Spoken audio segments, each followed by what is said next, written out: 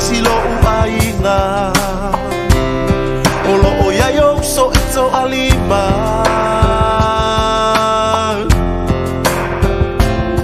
elongo ya tuaile netala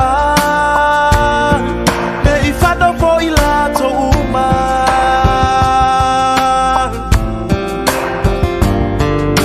se avera amo tonia baya olo tamanao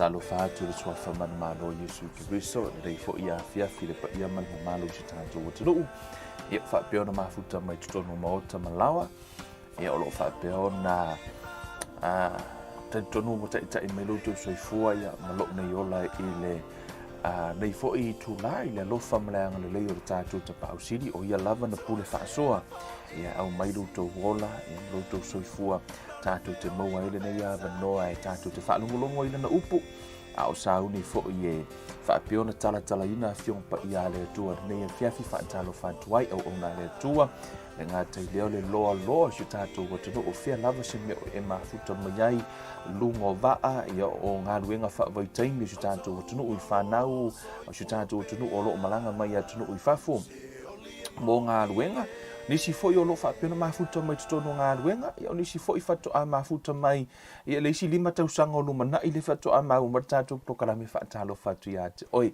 fa manuina le sua foi o vale nei foi tu la fiafi o tatu maua tatu te fa longolongo ila na upu ia me se foi fa matalaina o nisi o fiong pa ia le tua le uportus pa ia le o le malosi le o le fita o na nganga o ia o le faia onga o ia o yo tatu tangato ia foi na te fa ilo mai me lilo la fiong pa ia le tua ina nei ia fiafi ta fa peona tatu tala no ai ele ia matalina tatu prokalame e mua lava o tatu wa fea e le no fo ali o le lo fatuno e ilo tatu tama o lo fa peona mo e tatu le ola e matatu nga yo yai ma mo e tatu me le uma mai le tua o le malama tatu wi fo matalo le tua lo matou tama lo matou wali o Yesu Kristo le o lo afio ile melilo o le tua o lo afio ile malama ile mafai ona ulu fale ia isi o le tua e tu mau o le tua ile suia o ana nafio le so o ataea o le tua o le malama e mai ana nafio le so o ataea o tu mau pea la o fio o matou wa fea lo mamalu tama ile suafo Yesu Kristo matou te vala I want to le fesoasoani o lo wanganga pa ia le nei fiafi au mai le faalinga au mai le upo le poto ai mai se tama se e atatala ina la wa fionga le nei fiafi faava ai I matou I faamanuianga ai mai se fo I le poto ma le atamai wo umona e saunia e failo mai o matou tangata na e fetalai ua fano o tangata ono le leai o se malama I le nei fiafi tama o tau mawhai ia lau au na le nei tu la ta mai faamatala lau uputa ma ia faapeo na fetalai oe le nei fiafia o oe lau fanau se e faailoa ia i lou finagalo ae maise tama i o latou nofo malamalama i lou finagalo mo i matou te faafoʻi le viiga i la uafio ona o le suafa o Iesu Keriso ua ole ma malaau atuai nei amene ma amene ma amene aleluia via le tonea fiafi ia o te loa le ala a mata tatou prokalame le fiafi ia o te loa lo tatou iai pea i le faamatalaina na amata mai le faamatalaina o seoli o mafaufau pe tatou faamoemoe taʻitaʻiga le agaga e taʻitaʻina o tatou tagata e iai nisi o vaega e ao na tatou ō mai faa e no talatalanoa ma faamalamalama uma mai pei lai foʻi vaega ia o le tasi lenei o mataupu o te iloa e toʻatele nisi latou te fia malamalama ai mai o se mataupu foʻi e ao foʻi ona tatou talatalanoa ai mai totonu le fioga paʻi a le atua o le a le mea taʻu o le agasala i lē mafai ona faamagaloina ua iai foʻi seisi uana komitiga le agasala lea o le agasala lea e mautinoa lava e lē toe iai sona avanoa i le atua le agasala ia la tatou talanoa le afiafi nei o le tagata na te faia le agasala lea o le agasala lea e lē toe iai sona faamagaloga tusa e ola fua ae aoti e lē tusa lava pe toe faatoʻese i le atua e lē toe iai sona faamagaloga ia le la tatou talatanoa le afiafi lenei o le a faapea foʻi ona e tele ona foi mai nisi o haʻu komitiga le agasala e lē mafai ona faamagalo e lē mafai e lē toe mafai ona faamagaloina a le afiafi lenei le la tatou ua i le fesoasoani mai o le agaga paia i loo nei tagata lelei afiafi o le a tatou taumafai ai o le aʻu taumafai ai pe te fai atu tatou iloa faale atoa a nei afiafi o le foʻi te faamoemoe i le agaga o le atua e fesoasoani me taʻu e faamatala lenei mataupu ia matali foʻi lea fesili amen ona e lē ona nāina e le atua lona finagalo e lē o tago le atua na nā lona finagalo aua na iloa e seisi everything is in the scriptures ua uma na faailoa e le atua lona finagalo i le mea ola i le tagata i lē faapetago le atua e a foʻi e gagaloga finagalo auaga iloa e gisi ae uma i foga foi mai le kala le akua ua gaua e agasala i lē faamagaloiga and yet e tatou te lē o iloa po le ala na agasala le la tatou ua totono nei afiafi i le soasoani le agaga paia tatou te avaai foʻi lana afioga ia ma tatou tatanoi foʻi ia ma faamoemoe lona agaga paia le fesoasoani mai amen haleluia se o kago muamua kuae seki le kako kusi paia amen just bear with me guys ona si o kaugoa koe ona nae motu si pito le tatou tusi paia let me try to fix that ia lau aluaku uma tatou tusi paia i luga amen e totonu o le tusi lea Ioane muamua le Ioane o lona mataupu e 5 foi mai le upo Ioane a fai ua iloa e se tasi lona uso wana fai se agasala e lē iʻu i le oti ia faatoga o ia mo ia ona foaʻina mai lea o le ola iā te ia mo e agasala e lē iʻu i le oti o iai le agasala e iʻu i le oti o te lē fai atu iā te outou e faatoga atu mo lea agasala i luga i le fai upu le 16 o lae fai mai le tala Ioane a fai o iai se isi ua e iloa ua agasala o le agasala e lē o i le oti fai mai ia e tatalo mo le tagata lenā aiai la le isi tagata o laua agasala i le agasala e o i le oti foi mai aua e te tatalo i le tagata na ua e maʻimau lau tatalo e lē toe mafai ona toe faamagaloina lana agasala ia ioe pe ua kau hevi kako makaupuruge e pe o kau mafa kako makaupuruge fiafia le vaapelesi oi vaapea kaikai o afoi o agasala uma me faiga faamagalo le la tatou tanone fiafi ma faamalamalama le vaega lea foi mai a fai ua iloa e se tasi lona uso wana fai se agasala e lē iʻu i le oti ia faatoga o ia mo ia ona fua ina mai lea o le ola ia te ia mo e Agasala, mo e Agasala e le hiu i le oti. E pau le wha moe moenga, na o le tangata lea e Agasala e le hiu i le oti, e pau na o le tangata e whalefa maritus pa i e te tatalo ai. Whai mai rola ia, o iai le Agasala e hiu i le oti, o te le whai atu ia te o tau e whaatonga atu mo le Agasala. Whai mai, o a mio le tonu umalava, o Agasala ia, o iai fo i le Agasala e le hiu i le oti. Whai mai so se a mio le tonua o le Agasala. Ai, whai mai, o iai fo i le Agasala e le hiu i le oti, e iai le Agasala e le hiu i le oti. Ai whai mai lalo ifo, wa tātou i loa, e le Agasala se tasi o e ua whanau mai i le atua, a o le ua whanau mai i le atua, e tausi o ia e ia, e le tango fo ilo o le anga ia te ia. Wa tātou i loa, e mai le atua lava i tātou, a o le lalolangi uma o lo o nofo to i lalo i lo o le anga. Ia si, uma tātou tanu al vaenga suma, valu male vaenga suma, le iwa, si tātou tanu mua mua ilunga. Po le ala le Agasala i ule oti, ma le Agasala e le i ule oti. A le fu e toi fai mai fai upas fu ma le valu, fu mai o le whanau a le atua i le Agasala. Si tato mua mua mai le fai upu le wha kilia mua mua, mta upu le teu wha apia se si, lo no winga a fai o le wha winga ina le wha winga i tato, lo no winga le ai ma se sio kako e sao le langi. Pe anga wha apia o whanau a le atua i le Agasala. Wa o kako whanau a le atua a lea lava tato te Agasala. A o lea tātou te Agasala i le i ule oti, po le Agasala i mawhai o na faamagaloina. Ai tātou te le i whaia le Agasala i le to heso na faamagalonga. For mai whai upu lea, we know that God's children do not make a practice of sinning. Tātou te le practicinga i pe tātou te a. E le whaapele o whai mai e te le Agasala. Ai whai mai te le o practicinga e te le o whai mamasani. Lai te ilo o le Agasala al muri lua. A lai whai al muri lua. Whai mai o whanau a le atua lato te le practicinga. Pe lato te wha malosia. Ai e Agasala whanau a le atua. Ai whai tauru tu spa ia na pe pelo pe telu and yet le whatoa umanto e tu mai Yesu. Sa Agasala la pe telu. Yes, ala na pe pelo. Nena whai mai Paulo ngkang o kingia. So o le Agasala fo i la, a fo le tali o le atua, lona winga ua le a. O se Agasala le na ea.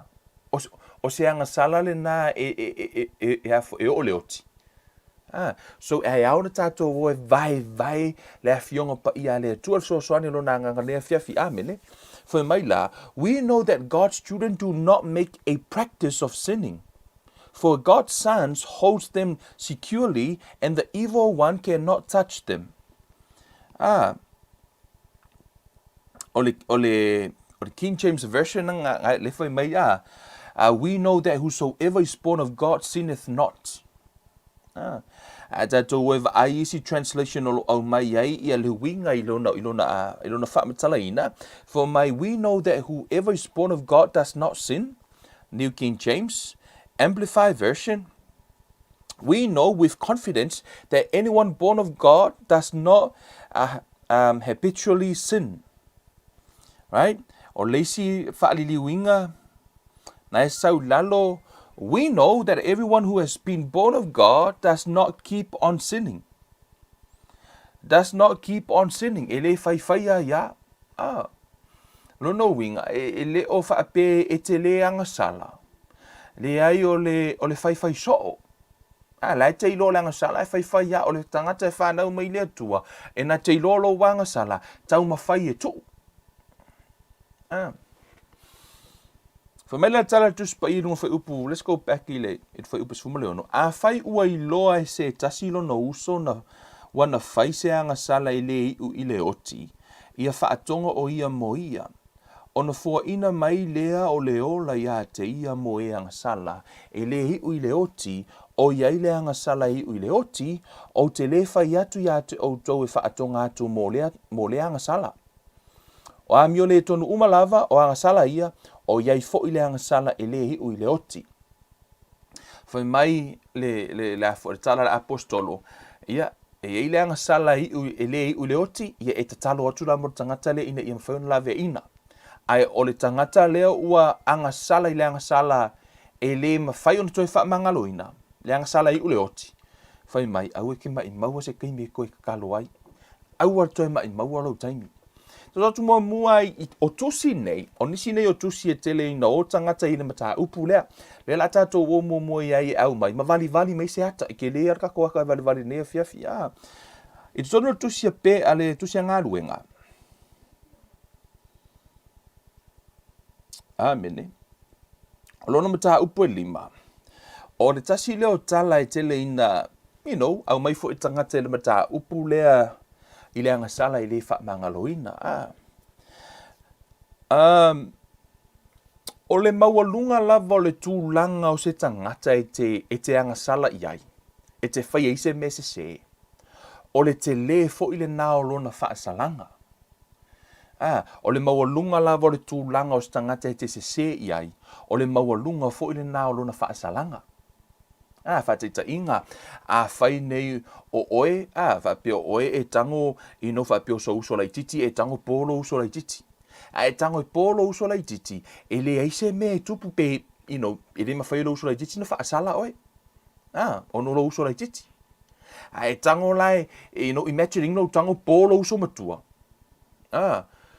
tusa a po la lo uso matua ua i le faasalaga o oiga imagining oe pe e tago te ua e tago polo tama se faataʻitaʻiga si o le maualuga lava o le tulaga o le tagata e te sala i ai o le maualuga foʻi lenā o lona faasalaga e tutusa lou poga o lou uso laitiiti ma lau agasala na e tago faapega lo kokoa po lou uso laitiiti e laku po lou kamā o le po lava e tasi tutusa lei po ae ese la faasalaga e lē faasala oe lou uso laitiiti ae maua lau mea mamā i lou tamā o e tau mo mana le ese-esenga le ese-esenga o le maualuga lava o le tagata e te agasala i ai o le maualuga foʻi lenā o lea o lona faasalaga e pepelo i lou atalii i le se me tupu iā te oe ae e pepelo la i le faamasinoga tele pe ave o te ua ave o le faamasinoga a te ua latu e pepelo e te lē la lona sala o le maualuga lava o se pulega po o se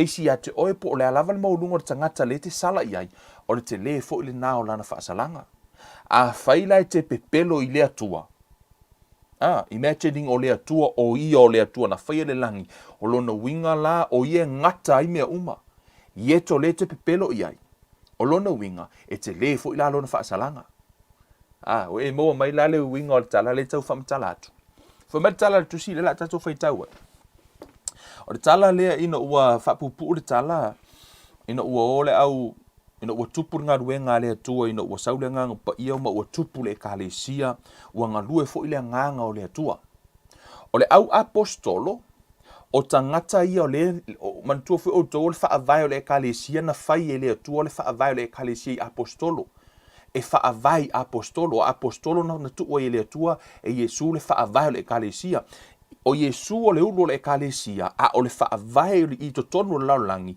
o le au apostolo i le taimi la lea o lea o le au apostolo o lea ua sau le agaga paia ma ua galue ai i totonu na o le ekalesia o le maualuga i o le tulaga faapostolo fai mai la ia ua o tagata ua galue le agaga o le atua ua iʻu na o tagata faatau a latou fale o a latou fanua ua au mai le tupe au mai totonu o le au apostolo e mai e lagolago o le galuega a le atua foi mai o le au apostolo ua le ise mea toe mativa le au apostolo le foaʻi a tagata i totonu o le galuega a le atua e iai la le ulugalii e inoa iā anania ma safaira lea foʻi ua oo i o laloto le fia o e fai le galuega a le atua o fesoasoani lea la i o touloa le tala e tatou faitau e foi mai o le tasi tagata o anania lona igoa ma safaira lana ava na ia faatau atu le fanua ua tuu faananā foʻi mana nisi mea o le tau ua iloa foʻi e lana ava ua au maia foʻi nisi mea ma tuu mai i le au apostolo e pule ua fai atu Peteru anania se a le mea ua faa tumu ai e satani lou loto e te pepelo ai i le agaga paia ma e tuu ai ma oe nisi mea o le tau o le fanua a o tu mau ele I whaatauina, ele o lau lava ea, ua uma fo'i ona whaatauina, ele I lau pule ea. Se ale mea ua tuu aile nei mea I lou loto, ua ele pepelo I tangata a o le atua. Ua ele pepelo I tangata a o le atua. Whamaila ia, ua whaalongo ana nia I ia upu, ona pa'u lea o ia I lalo ua tōla na manava. Ona o ai lea o le matau tele ia te I lātou uma, o e na whaalongo I nei mea. Ona tutu le I lunga o tau le lea, ua teuteu ia te ia ma ave I fafo ua tanuai.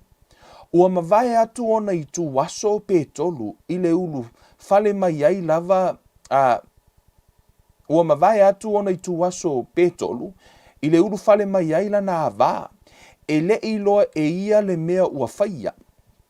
Ua whai atu pe teru ia te ia, whai mai ia te au. Pena o lua whaatau atu ea le whanua I ia lava mea. Ua whai mai ia, I oe o lea lava. Ona whai atu leo pe teru ia te ia, se ale mea ua o lua loto ngatasi ai e tofo I le anganga o lea lii. Whaauta o tutu mai I le whaitotoa I lātou e na tanu lautane, lātou te ave fo I a te oe I fafo. Ona paulo lea o ia I ona vai, ua tōla na manava, ua ulu fale mai tau le lea, ma lātou I loa o ia uoti, ona lātou ave lea ia te ia I fafo, ua tanuai I tafa o lana tane. Ua o fo I le matau tele I le e ka le sia umalava, ma I lātou umo e na whaalongo I nei mea. Whai mai ia I lunga atu I le tala a Peteru na whai ia Anania. Whai mai a ua whai atu Peteru Anania e, se ale mea ua wha upa tonu, se ase le mea ua whaatumu ai e satani lo loto, e te pepelo ai I le anganga pa ia. Mea mua pio le tala lena u Faamatalaina atunga, o le maualunga lava o le tangata I te pepelo ai, o le maualunga fo I le naolo na whaasalanga.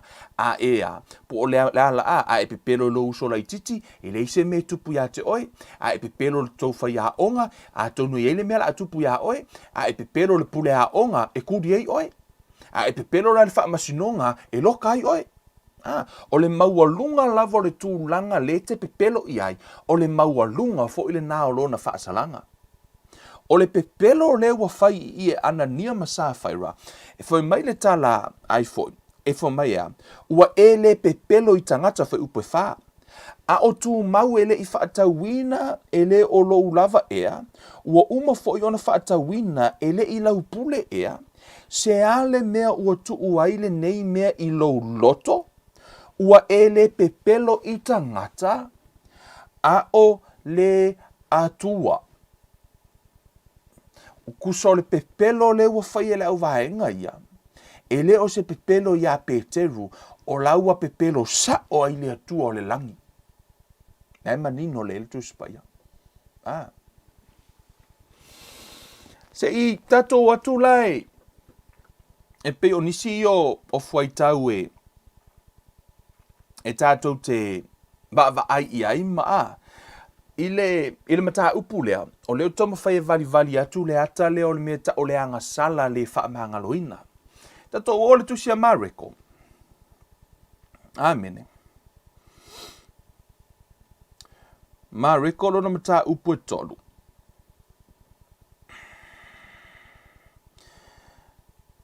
Si tātou, let's pick up from verse 20, ia tātou I loa le. Ia le tala le la tātou whai tau o ima, tātou wa aie. Whamai whai upa luas fulu. Ua atu lātou I le fale, ona toi poto mai leo le moto tangata ua le mawhai ai I lātou ona a ai, ua whaalongo ai lona a inga, ona lātou atu ai lea, ua pue ia te ia, a wana lātou whaapea ne ua valea o ia. A o le autu si upu e no ifo ma Jerusalema, ua whaapea ane I lātou, o ia te ia pele sepulo, o le alii foi o te moni, e tuli ai e ia o te moni. Foi mai, o leo atu lau vaenga i o kula kusi upua, o atu fai mai. O Yesu, o le anganga lai a Yesu, o le anganga o pele sipulo, le ali i fo i o te moni. E tuli ai e ia o te moni, fai mai fai upo e lua tolu. Ua wala au atu ia te ila tou, ona fetala i atu lea ia te ila tou, i fa ta oto. E mawhai wha pewhea e Satani, ona tulia o Satani. A whai fo i e vai a i se malo, e le mawhai ona tu mau o le nā malo. A whai fo i e vai a i se ainga, e le mawhai ona tu mau o le nā ainga. A whai fo i te e atu Satani i a te ia lava, ma vai a i o ia, ona le mawhai ai lea ona tu mau o ia, ai o ilona i unga. Whaupelua fitu, e le ai se na te mawhaia ona ulu atu i le fale o le tangata malosi ma vete ana mea se ia lua i noa tia le tangata malosi le vete ai lona fale. Whaupelua valu, whai mai, e moni o te whaiatu ia te outou, e whaamagaloina Agasala uma a tangata, a toa ma upuleanga uma lava, upuleanga uma la tau te upuleanga ai. A o le upuleanga i le anganga pa ia, e le whaamagaloina o ia, a le tū lava, ai peitai, e tatau ia te ia le sala e whaavavau. Mai a oi le leilo whaalongo i vaenga lea. Whai mai le whetalainga Yesu i manino le lei upua Yesu.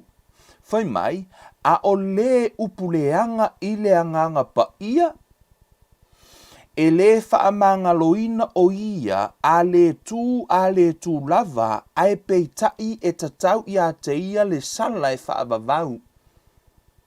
O le pepelo na pepelo ai Anania, ma sa whaira, na pepelo i le anganga pa ia. Whai mai na pepelo i le atua.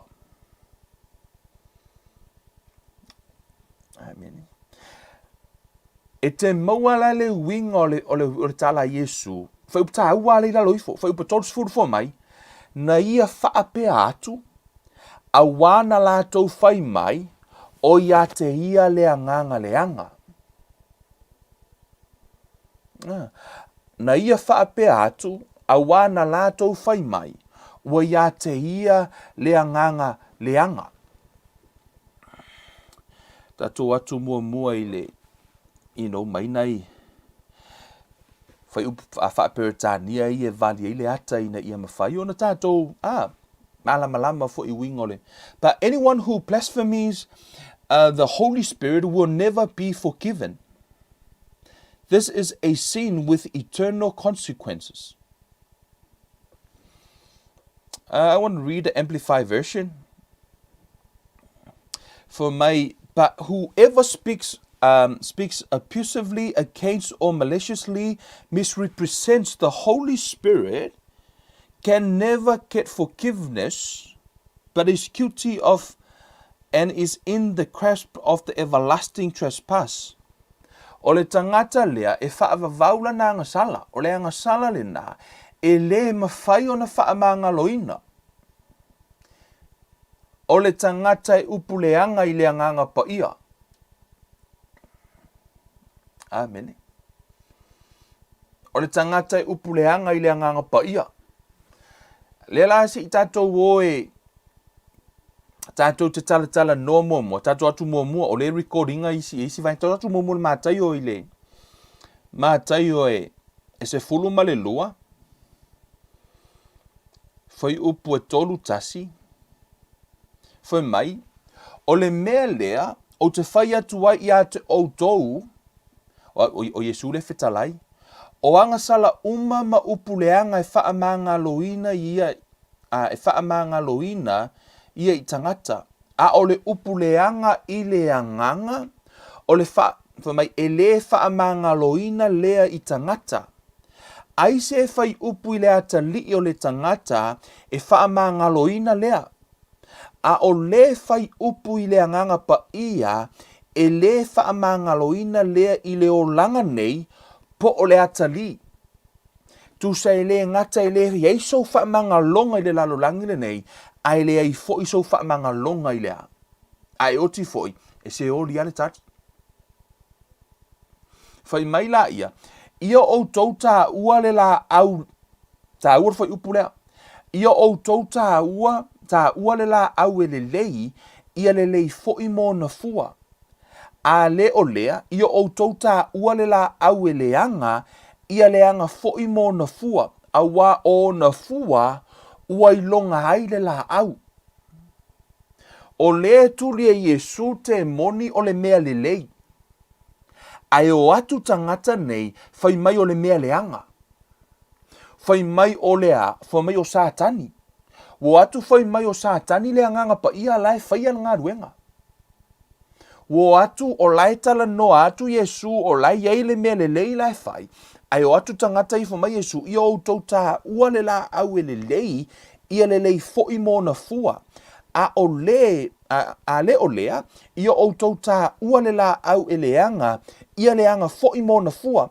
a wā o na fua ua ilonga ai le la au tasi leo mea la ino o tua uia ma o whaapea atu e ala ina le fia nisi pea u whai atu e le o mai e au mai le atua ni mai ona o te iloa o le atua e le lei o le mai e leanga au e te whai mai o le mai e mai le atua ia o lo te iloa ia foi upuna ilo ma fo faulei tua le whikai tuai take out of context ai I to tonu o le atua e le lei e le au mai e le atua ni mai lo tino e ala na mai le tangata ona walu ese mai le pui ngā le atua so it's not God's fault it's man's fault and yet people blame God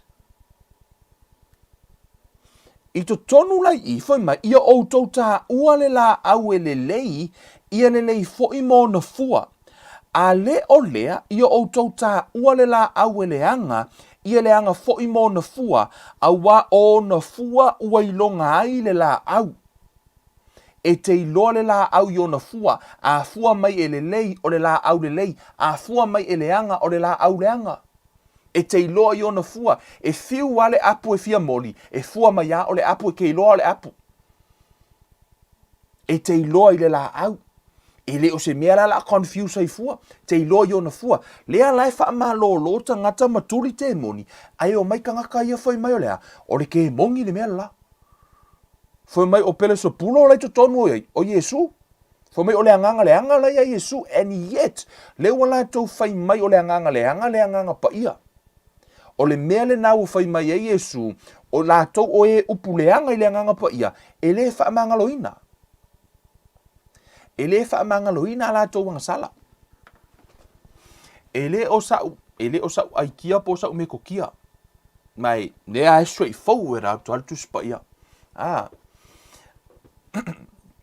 to atu le Luka lo na mata upo se fulu ma le lua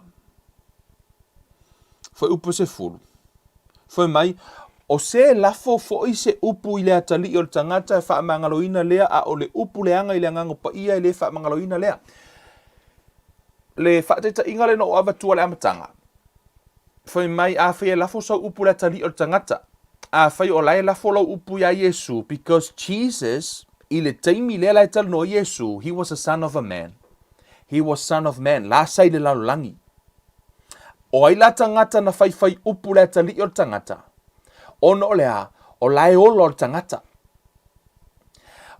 o le isi lai lei lunga atu le isi levo lei lunga atu o le anganga pa ia in the spirit a whai lai te whaasanga tau le anganga pa ia ma e upu leanga I le anganga pa ia o ina aloa nai foi mai e le aila so whaamagaloga lewa step out mai o e mai le the world of man I lalolangi o tangata lewa e step out mai lalolangi o tangata au e me I lungo lea I le tu I le anganga o lewa e o lea ua o tangata lewa sau le anganga ua upu leanga I le anganga pa ia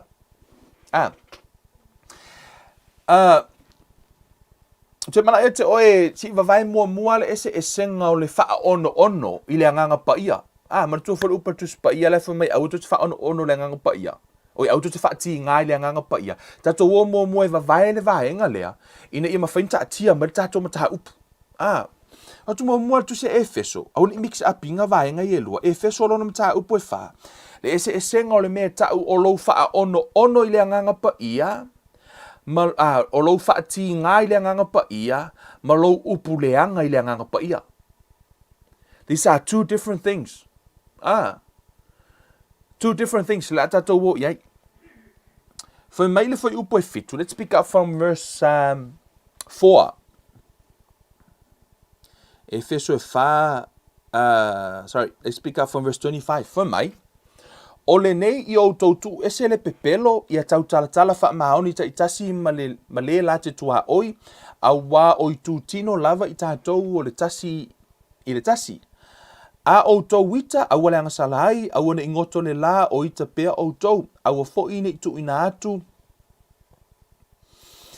e o tau se mea mautu waile ti Apollo fo mai la ia o le nga oi a wana ito e nga oi a le ina wha malolosi o ia I ngā ruenga o na lima I mea o ngā ia maua e ia se mea abatu I le ua mativa. Auana I aluatu se upuleanga ai o outou ngutu na ole upule lei e atia e ai mea e au ngā e tupu aile le lei I e wha longo I ai. Aua foi tau te whaati ngā I le anganga pa ia o le atua. Ua wha mau wha ilonga I nā ai outou I a te ia se ia o I le aso e wha aola I nā ai. Foi mai ia te ama outou upu wha fiu umalava ma le lotoa. Ma le ita, ma le leo tele, ma le upuleanga, a toa ma le loto leanga umalava. A ia outou feanga le leai, ia fe muti vale ai, lo outou wa lofa, ia fe faa manga lo ai outou, faa pei ona faa manga lo ina outou e le atua ya ke riso. Foi upe tolu se furu foi mai, aua foi to te faa ti ngai le anganga pa ia, o le atua. Ua wha mau wha ilonga ina ai outou ia te ia se ia o I le aso e wha ola ina ai. Si e tātou woi wa vaile wha ati ngā I le anganga pa ia, ma le whai, ma le upuleanga I le anganga pa ia. Te mana ia te oe te mai tau o mai le ata le lau Faamatalaina se illustration po se tau mwhai watu se analogy fo ile le tau mawhai e vali ele e senga o le lua lea. O le Agasala lea le wha ono le wha ti ngā, ma le Agasala le wha mangaloina. Ia e maua mai le aka lea, ke misia lo le aka lea la Faamatala, e misia fo I point e lua ia, le e senga o le lua lea. O le Faamatala tus pa ia, o le anganga pa ia o ia le whaiaonga, ia le la tango e wha o ngā ia le setting a le aonga. O se tala o te fia Faamatalaina, e au mai le ata lea. Aso la lau tei avele. E le taimi sa le ava noa le mātou form teacher, le mātou whaia onga fo ile lewa aia alu atu lo le pule a onga a vele. Latu lo a inga latu lo le pule a onga a inga o ia nava aia le mātou vasenga nava yaso atoa. O ia o le pule a onga, o ia o le whaia onga, o leo walatu e va aina le mātou vasenga nā taimi. So, i le Faamatalaina o le tala, e te mana ia te oe o le pule a onga, o le ata na o le anganga pa ia. Okay? Ia ma mātou tamiti a onga. Ina walatu na le pule a onga. Le walatu e whailanga rolo whai a onga. Ia, I te tonu o le potu. Potu a onga. Ia, e ili tu la fono. Aua le pisa. Aua le leo tele. Whailau me a onga. Aua e te, aua te palau vale. Ia aua te upuleanga, o tu se hitu la fono ai e to tonu le potu a onga le, o te mantuana la inga walu watu le pule. Ia, ke lo kai mi foi lele. O le taimi e sa wai la fo, ia a inga le matou vasenga. E tele na, I la uwa ai, e le I tu o sona tu langa o I o le pule. Tele o taimi e tu o I o le tangata fo, ile o I o le whai a onga. E mau ke pisa, e whai a mea onga, uma whai mako ka upu, mako ke pisa. O la lava whai mai so I le pisa. O ke leo ke mi foi mai so ia le pisa. O le tele o taimi, lai mātou te pisa. Mako ka aalo solo, mako leo kele, he isi ke minga, vai o kunga le pule, o lai kau vao mai isi o inga ngā, o la fuka kau, o lai tupu lai vai to tonu le vā lavo mātou tamaiti. A suna lai mau te la iti tonu fuka kai anai ngā. O le winga lau tala. Foi mai le upa tus pa ia. Foi mai aua foi to te whaati ngai le nganga pa ia o le atua. Ua wha mau wha ilonga inai o tau ia te ia se ia o i le aso e wha ola inai. O le whaati ngala. Foi mai la ia te ama o tau upu wha fiu fiu. Uma lava, ma le lotoa, ma le ita, ma le leo tele, ma le upu leanga, a toa ma le loto leanga uma lava. Koe foi me kong kako vasenga. I o to tonu al mako vasenga. O lai ama ke fai upu wha fiu fiu, lai ma ke wha makala poka so kongo. O lai loa uma ele pule. Mai so ia le pisa. O fai kou mea onga. O lea lava mato te wha fiu fiu lava. I mato le tamaiti. Il tu la fono lea. Ile ngakon mako pisa. O le leo kele, kuai le vasenga, po le le alu fo le vasenga, and yet o le pule. O le nei na te whaia le rolo i o le whaia onga. O le wha ono la, i to tonu lava i o le setting le i to tonu o lea. I to tonu o le potua onga. O lea e mātou te a, o lea mātou te wha alongo ngā tāpe, o lea mātou te wha fiu fiu i lea. I le whaia onga, i po le pule. I le taimi lea. Ele o whaia lana ngā ruenga o ia, ele o whaia o ia o le pule. O la lava na te ono sa ia, ono o lana vaai, o ta maiti a onga o laia o au. Tele mea se o la lava ono sa ilea, o la lava matu se tonu potua onga, o la lava ono sa. Mea lale na e tau o lea, laifa matala tusi pa ia, aua tātou te whaati ngai lea nganga pa ia, aua, laifa mea, aua le whai upu wha fiu fiu. Pei lava fo o ta maiti a onga malato whaia onga, o umana maile tu la fongo aua le pisa, a la lava e pisa. A whai loa wha mai aua le pisa, tātou aua loa le pisa, lona winga, tātou te leo wha fiu fiu, o le mea na lai mana o le tusi pa ia peitai, o lea lai tātou te wha fiu fiu lava i lea nganga pa ia, e ala ilo tātou le usta i o le tū la fono. Ma tātou le usta i o la lai tātou te sala fo, la tātou te anga sala. And yet, o la lava iai lea, le ono sai ma le wha pale pale o lea nganga pa ia. O le mea la nā tātou wha fiu fiu. Ia le ala la tau siri. O le ala le mea tau o le upuleanga. Imagining, ele i tupu le mea lea, le wo pera te o tupu. Wo uma le mātou wha fiu fiu. A te o tū lai meska me kiki rungo le mako vasenga foi lele. Sau a laku fai le pule a onga. O oe ke aivalea, o oe ke le ao ngā, o oe ke. Walu o upuleanga na i le pule. O tau vai mele le ese ngā. Wa iei le tangata o lewa uma le wha fiu fiu i to tonu le potua onga. A lewa tū la i role tangata le ilunga lawa whaiaku pe whaiaku i le pule au le pisa. Ai tū ilunga se i tū lau palau vale fo i le i o le pule. O le ala le mea na utupu. La lau wa upu le anga i o. Tu sa wa uma le wha fiu fiu le i. Ai tu sa wa laua me i lunga o lesi. O laua sopo i lunga o le melea. O inala e kuli la e le pule. A whailo i te iwa tu la i atu skama kiki laku whai le pule. O oe ke aivalea, o oe ke whaapea, o oe ke lea o ngā, o oe o le pule leanga. Latu wa upu leanga na i le pule. O na tuli rola i e le pule. E pe e whaape nala le ese senga o le Faamatalaina le Faamatalaina atuai. I le tātou wola le tātou te ola i le o langa le nei. O le tele o taimi, o le tātou te whaati ngai le anganga pa i upu tātou te whaia, o mea tātou te se istangata, le tātou le ola faamagalo, lo tātou o le lava tātou te Agasala, o le mulilua o le iskerisiano, o la lava tātou te whaati ngai lo na anganga.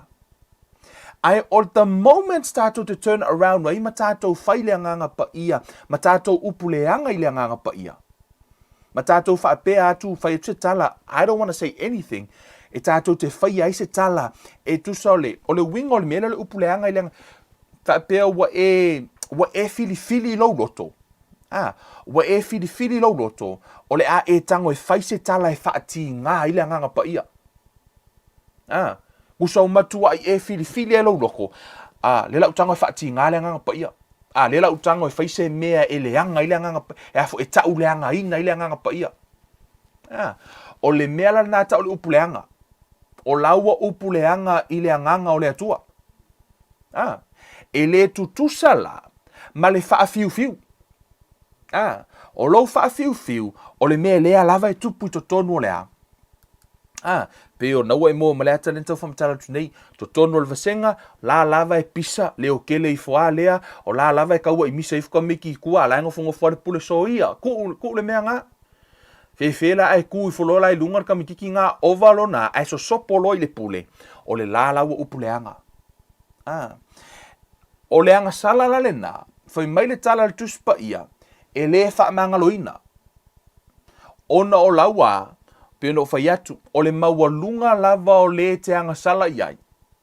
O le maualunga fo le na o le faasalanga. O lo wita I le ista mai titi a onga I totonu o le potu, e le isa u mea, o pole a lava au kala kalafo, le iska ngaka lai kukongo le poku, ka miki a onga, e lea, e mawhainga faamagalo. Ai e la folo le tala nai le pule. Tuli loa o e le to iso faamagaloga. So o ila le tau vavai atu ai, le ese e senga o lo tātou whaati ngā I le anganga pa ia yaso uma, ma lo tātou upuleanga I le anganga pa ia. Right? O le agasala la lena, o le si agasala la lena, e le mawhai o na faamagaloina. Wai lua agasala I la utano le fiafi nei, o le agasala mua la lena e tātou te e vali mua ma faamanino. O le agasala le nai foi mai le mawhai o na faamagaloina, pe a tātou upuleanga I le anganga pa ia ua e filifili e te lafoni upuleanga I le anganga pa ia ma e whaapea whai atuni tala le tala whiangai. Ma ua e whaalea o ngā hina ngā ruenga le anganga pa ia. E pei ona tā ua I tutonu le tusi nana foi mai ai, ua whaapea atu Yesu ia te I lātou tutonu le mareko, atou atu foi lai ai. Mareko tolu ono foi upu e fia. Fai upu e tolu sfuru fo mai, na ia whaapea atu a wana lātou fai mai o ia te ia leanga leanga.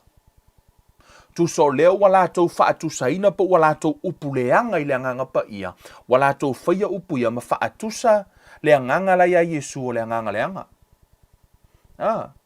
Tu so wa lātou upu leanga I leanga pa ia. Ai ese I fo I la le wha ono la tala no altus pa ia. O le wha ono, o le mea leo ki nganga whai aku ia oi kua lai whai ia, lai ke wha longa ka. O la lai ma whai na wha mangaloina, wha mai leo le tala, tato atu tuan tusilan tato a mata mai le mua Ioane. Mua Ioane lonu ta upu e 5. Whai upu sfuma leo no whai mai, a whai ua I loa e se tasilo na uso wana whai se agasala I le iu I le oti. O le agasala le iu I le oti, ka koule ka kou ki wha ongo. O no lai mawhaina oa, e iai lona faamagaloga. Foi mai, ia whaatonga o ia mo ia, ona foa ina mai ai lea o le ola ia te ia mo e agasala, e le iu I le oti. O iai le agasala iu I le oti, foi mai, o te le whai atu ia te outou e whaatonga atu mo lea agasala. Le tangata lea wa agasala I le agasala e o I le oti. Foi mai, au e te tatalo ai. E iai la le stangata le la tatou atu ai o le sila agasala le lua ai agasala ia e le iso na faamagaloga. E te mo tono le tusia e Peru. E Peru lona ta upo e ono.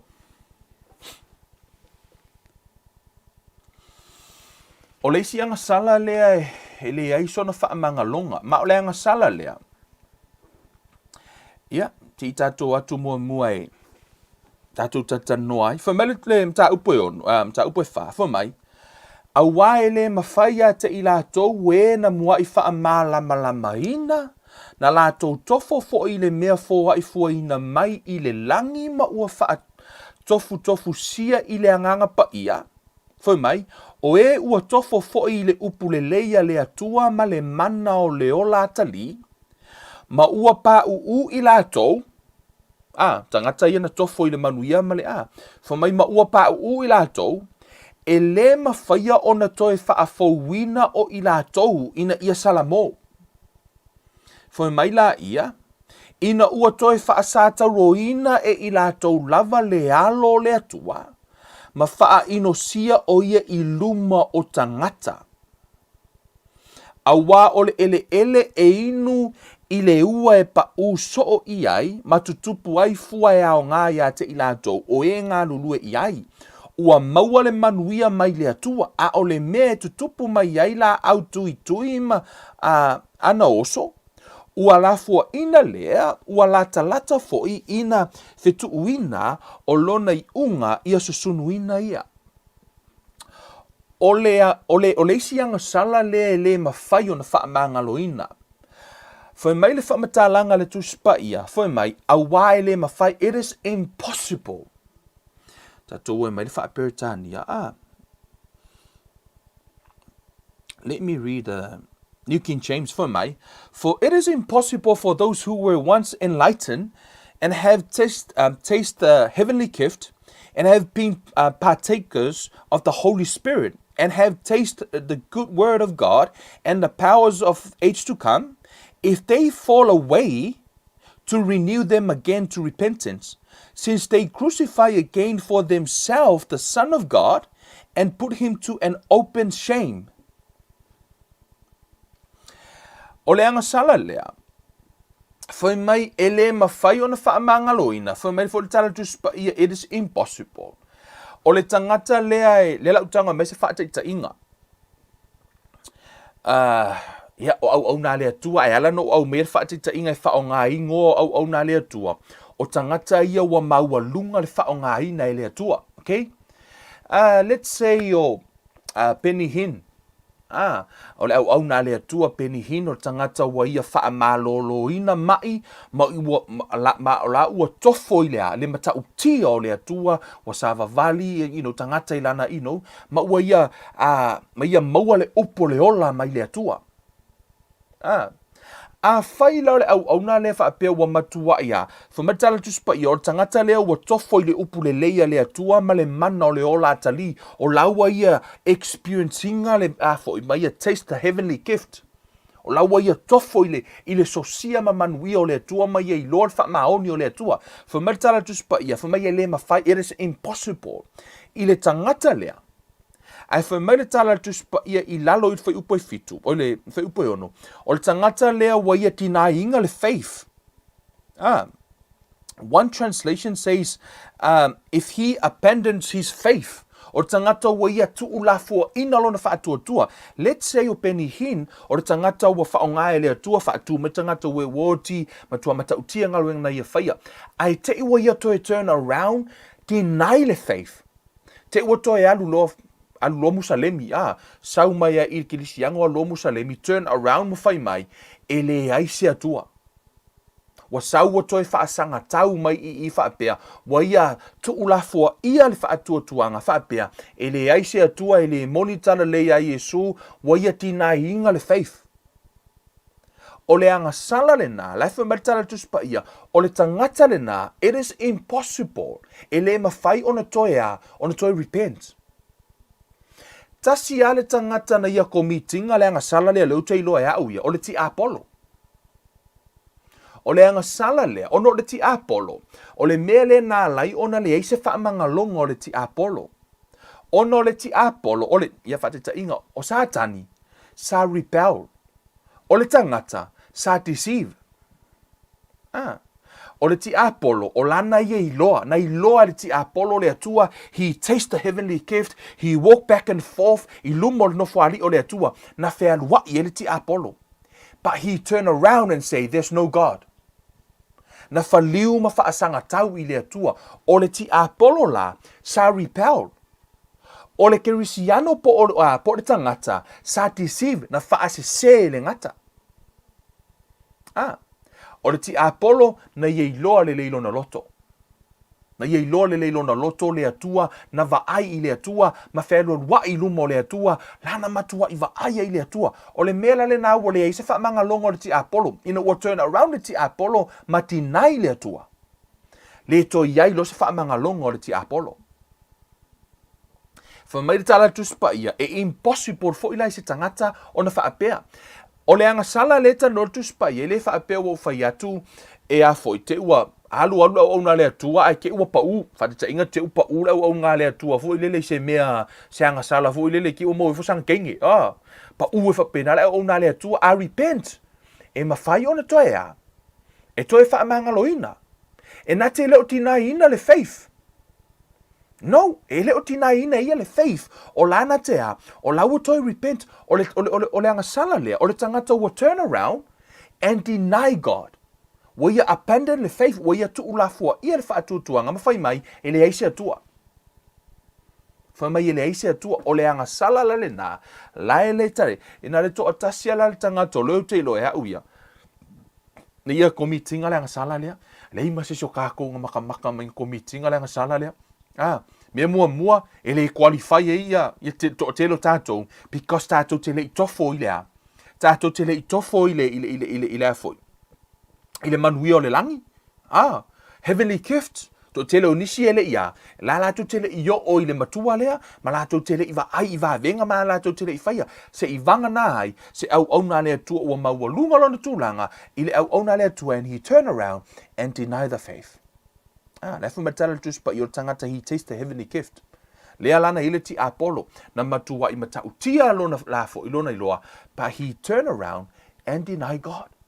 Na ia foi, na ia a te e ina lea tua mawhai mai e iaise atua. O le agasala la lea. O le agasala lea e lea i sona faamagaloga. Mea le nā e alaina lea i se faamagaloga o le ti Apollo. Mea mua le tātou whamaninonga ana le la o leua. O lou upuleanga i le nganga paia e ese mai i le whaatinga i le nganga paia, right? Na ua umana wawai le lua na awete ke ua e whaaki ngā le nganga paia whapea, oi wale ko iei so whaamangalonga. Hei ngai e le whaamangalonga oi. Na iei lo whaamangalonga. Ai ia ia e loa whamai awete ia e repent. Oi ke ua too late. La Faamatalaina tuspa ia. Whai wa iei se isi pe o le agasala la lea. Le ua i lo mai agasala i e lua. Right? O le agasala mua o lo upuleanga i le nganga paia, it's not the same as whaati ngā i le nganga paia. Ai o le upuleanga i le nganga paia. O le si agasala le i, o le tangata he taste the heavenly gift, turn around and deny the faith. Awa uma ona ai ma ua vaai i le atua ma whelwai. O a tamu ma eva e lea, nga o nga yaso nga iei a kamu ma eva, I don't know how long, might be 100 years or, 1,000 years, ke li lopo lale uminga whewa e a kamu ma eva ai pa u. And yet, o lana whai e lea tua le whaamangalonga. O le mea le nā wala ina whai le whaamangalonga o le tangata, ai le eise whaamangalonga o le ti Apollo. O nei te lea atu le iloa o le ti Apollo o le atua, ai pa u. A le tangata, sta ma iloa ai pa u. Much giveth, much require. O le tele au lo i loa o le atua, o le tele fo ina o le mea expect me le atua i ati. Oi, o le laititi au lo i loa o le atua, o le laititi fo ina o le expectation a le atua i ati. Oi, mea le nai whai mai ritala le tuspa ia, e le tutusa le whaamasinonga o tangata ma whai whi au na le atua. Kakai au inga le kuspa ia. I le aso le whaamasinonga, let me tell you something, e ke le aku le whaamasinonga le atua i ati au, na i lo le toa tele o tau. Mea lale na a whaila o ngā ruenga, po ai lava ele fiela ukala, o te le popole ai, ona foi, e whaamasino ia ue le atua. E tua uluma o le atua, ona e te le lau whaamasinonga, na i lo whaamasinonga o le toa tele. People have no idea, le te le o le consequence o le nā vaenga. Mea le nā e lai ona whai ma le matau nei, foi, o hao le tātou upu ma le matau, whai, po le a lava le me whai mai le atua, pe fia, pe le fia, whai pe lana lai whai mai le atua, o hao le lana upu. Mai le upu o hao o im whaatonu ai tātou, alu watu le si me le si aso, e mānai e piora apai oi, alu waku le si me le si aso, e tau shape ai oi, alu watu le si me le si aso, e kautumatuma ai oi, o le halawa. Aia, one day, e whaamasino ina ia o le atua. Mea fo ile nā le toa telo nisi, la tutu whai mai le anganga paia, wa la tau tau pelo ina le anganga paia. O le toa tele i o tangata la tau te disrespectinga le anganga paia. Tau te ilo le lalo langi mana ngā lua le ti Apollo. So mafo fau pe whai la ukala le aiso ukango pe whai. O tau wa ai wo oi upu sawa wha o ngā ile ngō le wha aola. Whaonga ai le atua, whaonga ai male anganga paia. Yes, toa tele o tangata kewisiano whaapea la tau ele mamafa agasala nei, ele mamafa upu nei, whamai o upu whaatau wa uma, au o tau fua le suafo le ali. Wa iei upu ato te whaalongo lai whaonga ai ia upu o nai amata le HS, right? O le si upu nai whaonga ai le GD, right? Ma le SOP, right? O lai moka i le atua. Lai moka i le anganga paia. Lai moka i le atua. A o le nei lava foi maritala tu spa ia o upu fo mai o le upu leanga o le upu leanga a tonu ele mafaina e faia se e te afo wai le mafai ona arustanga te fai se mea fa le tino e fa tinga ile nganga pa ia a olana upu e te fai ai ma e la foa ile nganga pa ia o lea laua fai ele ti apolo atu ti fanga o lae maka i ngalea ngai maka li ngo Yesu le nganga pa ia ma a ole ngei ai aka ko ile sia kali ole atua la vai fa sisila i fa pe ngei luma and yet o lae fai le atua te lolo upatus pa ia lai permit lai o lai fa sa mai ele nganga a fo lai for pit mai ta to ile no take part with demonic works me o langa lu ele le li o nei la langi o le lava life e to tele tangata le lava fa ono ile nganga pa ia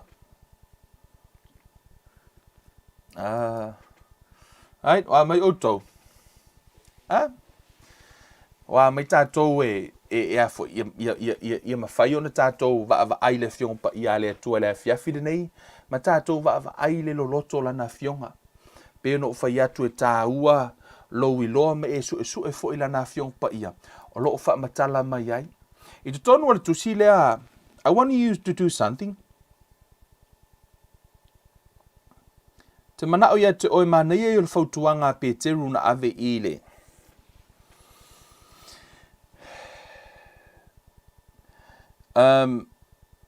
fai upas fulma le lima oi let's pick up from verse 13 mo pe te tolu fo mai oi fo ina te anga leanga ia te o tou pe a faito te faa o I lo o le lei ai a fai ti nga ina o tou ono le ami o tonu amu ia o tou au fo ito te fefefe I lo la tou fa matau mai au fo ile atu vale fo mai la il fo upus fuma lima a ia pa ia le ali le atua yo o tou loto ia pa ia le ali'i le atua yo o tou loto. And that's a key, o le wha malosi le leo te mana o ia te oe te alu ma oe le nei a fiafi. A o iai le anganga pa ia I te tonu ia te oe, ia e wha pa ia ina o ia treat him, he's holy. Ia e mana tua, o nai iai le anganga I te tonu o le atua ia te oe, ia e wha pa ia ina le ali'i Yo o tau loto a o iai o iai te tonu loto. Ia eva ai iai acknowledge le atua. A fai o laua, lai eise me o lai mo fia fai lau kala ngai kau fai. Ia e acknowledginga le atua. Mana tua fo I se whaatikta inga, e le taimi fo I le whaapea o oilo wosolo wita, e tele na tupu mea ia I mo meo o mātua o aku lo māku e waku whaise kalangoanga I le ainga. Hewa I kunga lai kamo, mo e soro ka maiki. Kama mo so ka miki e vai ku lesi makua mai kali o ko pa o fale e ma fuana le fasia le lo matua la na fanau o lai na te acknowledginga le tangata lai no fo yo ono o lai ia fa te inga po lai o fai fe au ono lo na va ai le fai fe au o lo na fa alo ngi o le fai fe au ma fuaina le mala au watu upu ia le ma fo lo matua e pe fa penala se ata le tau vali atu. Ia e fa pa ia ina ma e fa taua ina le presence o le anganga pa ia I to tonu ia te oi. A fai o leua fia fai tu lau tala ia e loa o lai fa a fofonga le anganga o le atua. He's right there. A fai nei tātu te nofo ai saula o le malope saul pale mia kako uma kako ke fa alo uma. Asea because tātu te respectinga le tangata lai nofo. Yet, the Holy Spirit lives inside of you. A ole ngei e masau aku mau upu makala e roso kwalo wika maruako ia. Foi mai la ia, nai tātou te wha ono. La lavai wha pesi nganga pa ia sori. Kalo whai ka iko. Ole ngei wha longo le nganga pa ia, a le ai whai ar ka koulalo langi. O upu, o mea a lea lavai ngofo le nganga pa ia. Ai foi mai le tala le tusi pa ia. A ia pa ia le li le atua yo o tau loto. A o iai to tonu o tātou loto. Ia e wha pa ia ina o ia. O a umani me te whaia. Ia e tilo o le a ule whaia. I respect the person, the Holy Spirit inside of me. Ai te le I whaia lau tala nai whai. Ia e acknowledginga le presence o le atua. o le a lava le me te whaia lau ngā yoinga a whaio ngai kei loa e se le sui ngala e venga you overcharge somebody. Ye e respectinga o lai the Holy Spirit is right there. O lai tilo le nganga pa ia I lau sui le whaakau ngā ke lai ngā inga ma le a lava le mea lai ke whaia ke aluma ave le mea o le o sau mea o le kala o le a e whaia o lau ngā yoinga ai le I whaia fo I lau status ngai kau whai ke loa lava e levi ia I le atua I e acknowledginga o la fu e whai tau e le nganga pa ia nganga pa I sorry right ia ole Faamatalaina la nao Agasala na e lua. Agasala I le faamagaloina. O le upuleanga I le anganga pa ia. Ma le tangata ua whaapeona toi pa o mai na sa tofo I manui o le atua me whea luai no taste the heavenly gift. Turn around and deny the faith. O tangata la na whamaritala tus pa ia. Impossible. E le to iai se faamagaloga no foi mai leo Ioane. Va ai tangata la e tātou te a. Tangata lai tau te whaai a tunga wara teimi leo Ioane, ko kele kangaka o la asa au I le li, la fu koe furikua. Ai pore keimi la ngā leo whai mai lo tala Ioane I, whai mai, a whai ua I loa e se tasi lona uso wana whaia se Agasala e le I ui le oti, tangata I o lai Agasala a la lava I to tonu o le whaatua tuanga. Still in the faith. Ia, kako ia le kako ke furikua, a la fu I tātou te tonu o le faith. Ai whai mai lo tala tuspa ia a whai ua a whai. Whai mai ia whaatonga o ia mo ia. Ona fua ina mai ai leo leola ia te ia mo e Agasala e le hi ui le oti. O iai le Agasala hi ui le oti. O te le whai atu ai o te le whai atu ia o tau whaatonga atu mo le Agasala. O a mi o le tonu malava o Agasala ia.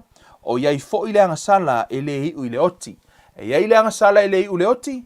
E iai le Agasala e le to iai sana faamagaloga ai faafetai I le atua ngā ue faalongolongo mai e kele I whaia Agasala ngā a ioi faamanuia le atua I lau faalongolongo de nei a fiafi talo I le atua I faapeona iai le angango le atua mautou ia faamalamalama o tātou tangata whaia Ye e acknowledginga le presence o le atua I lo loto ye iai le anga le leia ma le faamahaoni o le atua ye lau savalinga le nei vai aso la tātou talo le atua le mātou tamā faafetai le nei a fiafi lo wanganga pa ia o le mātou whaia o ngasili o le na o a o mai a te I mātou whaailoa lau upu tamā faafetai mo faataitainga faafetai mo wa fionga faamanatu mai a te I mātou ono wa whano o tangata ono le leai o se malamalama to tele e wa upuleanga ia te oe to tele e o whai ia te oe mo latou wha ono ia te oe mo lo latou lei loa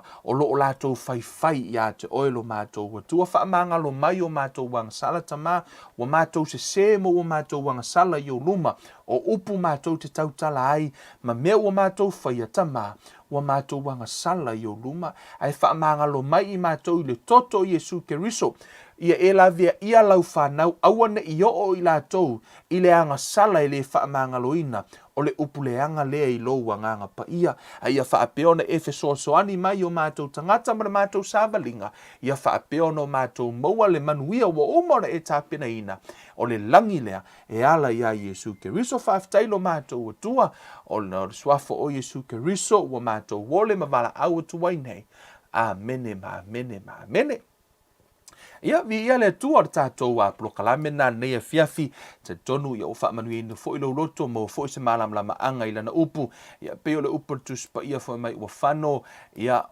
ona tangata ia ona o le leai o se malamalama e ona tātou malamalama ila na upu ina ia aua ne I whaasehina I tātou pe tātou te whano foi ia I le tātou wola le maanga whangafa mo no tātou wola le malamalama mo le temi nei manu te leina ia whainga malolonga o si tātou watunu o Kevin o Ruiva nei alofa tele mo outou whaasoifua ia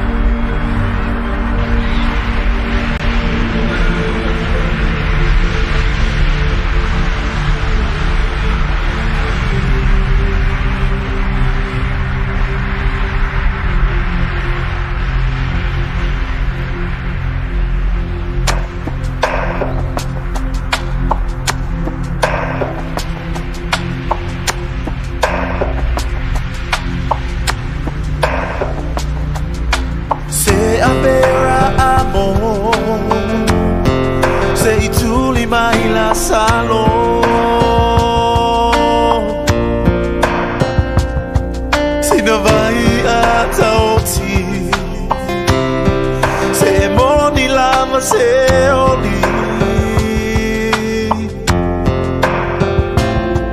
pea e ale tamau ainga mau ufale mananaya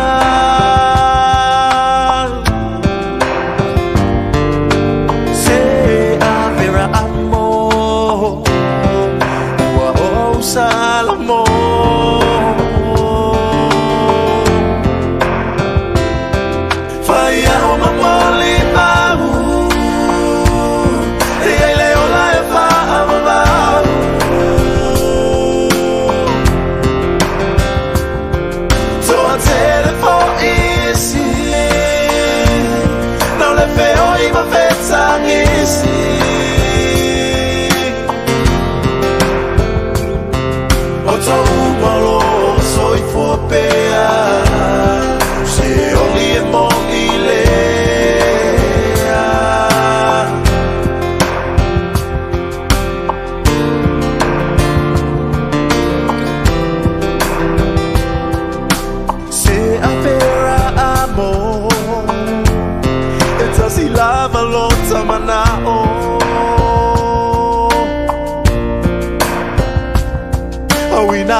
silo uainga